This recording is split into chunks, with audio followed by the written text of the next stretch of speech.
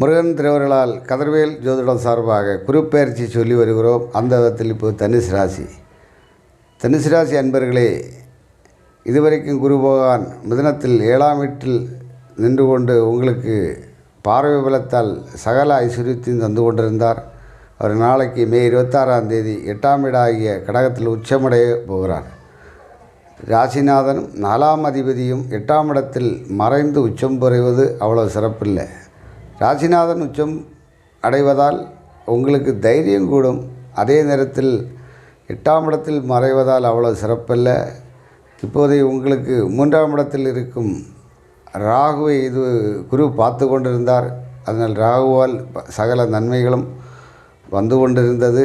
இப்போதைக்கு ராகுக்கு அந்த பார்வை கிடைக்கப்பெறாததால் ராகுவால் பெரிய நன்மை தர முடியாது. தனுசு ராசி அன்பர்கள் கொஞ்சம் விழிப்புடன் இருப்பது நல்லது.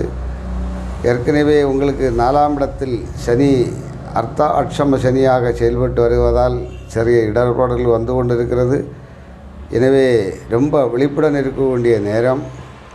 ஆனால் அவர் பார்வை பலத்தால் குரு உங்கள் ராசிக்கு 12ஆம் இடமான விருச்சிகத்தை பார்வையிடுவதால் திடீர் செலவுகள் கூடும். ஆன்மீக சுற்றுலா செய்ய வாய்ப்புண்டு. குடும்பத்தில் சுப விரயங்கள் வரக்கூடும்.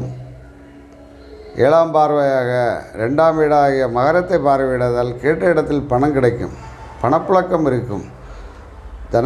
ஸ்தானத்தை தனகாரகன் பார்வையிடுவதால் தனுசு ராசி என்பவர்கள் பொருளாதாரத்துக்கு தேவைப்பட்ட இடத்தில் தேவைப்பட்ட நேரத்தில் பணம் வந்து சேரும். 9ஆம் பார்வையாக 4ஆம் இடத்தை பார்வையிடுவது ஓரளவுக்கு யோகம்.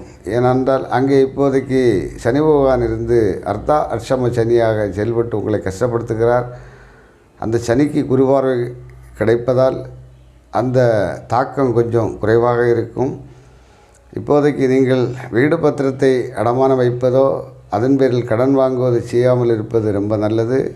இந்த குரு பயிற்சி உங்களுக்கு ஓரளவுக்கு தான் நன்மை, பார்வை பலத்தால் தான் நன்மை செய்யும்.